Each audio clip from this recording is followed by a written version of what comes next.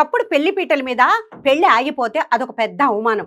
వంశం పరువు పోయిందని గుండెలు బాదుకునేవాళ్ళు. కానీ ఇప్పుడు సీన్ మొత్తం మారిపోయింది. నచ్చలేదా? అయితే గెట్ అవుట్ అనే రేంజ్లో ఫ్రీడమ్ వచ్చేసింది. ముఖ్యంగా ఈ మధ్య కాలంలో అమ్మాయిలు తగ్గేదెలా అంటున్నారు. తాజాగా యూపీలో జరిగిన ఒక ఇన్సిడెంట్ వింటే మీరు షాక్ అవుతారు. యూపీలోని హుర్దాయలో ఒక పెళ్లి జరగాలి.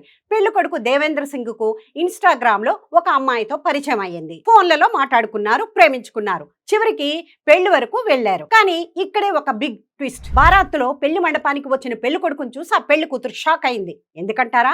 ఆమె ఇన్స్టాలో చూసి వలచింది ఇతన్ని కాదట. నేను మాట్లాడింది రాహుల్ అనే వ్యక్తితో.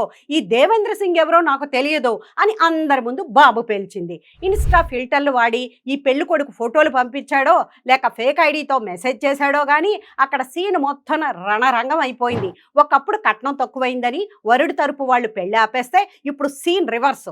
నీకు బట్టదలుంది, నీకు తాగుడు అలవాటు ఉంది, అసలు నువ్వు నా ఫోన్లో ఉన్నవాడివి కాదు అని వధువులే పీటల మీద నుంచి పెళ్లిళ్ళు ఆపేస్తున్నారు. ఆ అమ్మాయి అలా అనగానే గొడవ ముదిరిపోయింది.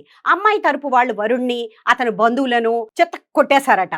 పాపం ఆ పెళ్లి కొడుకు మాత్రం ఇప్పుడు పెళ్లి పందిరిలో ఉండాల్సింది పోయి హాస్పిటల్ బెడ్ మీద ఉన్నాడు. పోలీసులు వచ్చి 9 మందిని అరెస్ట్ చేశారు కూడా.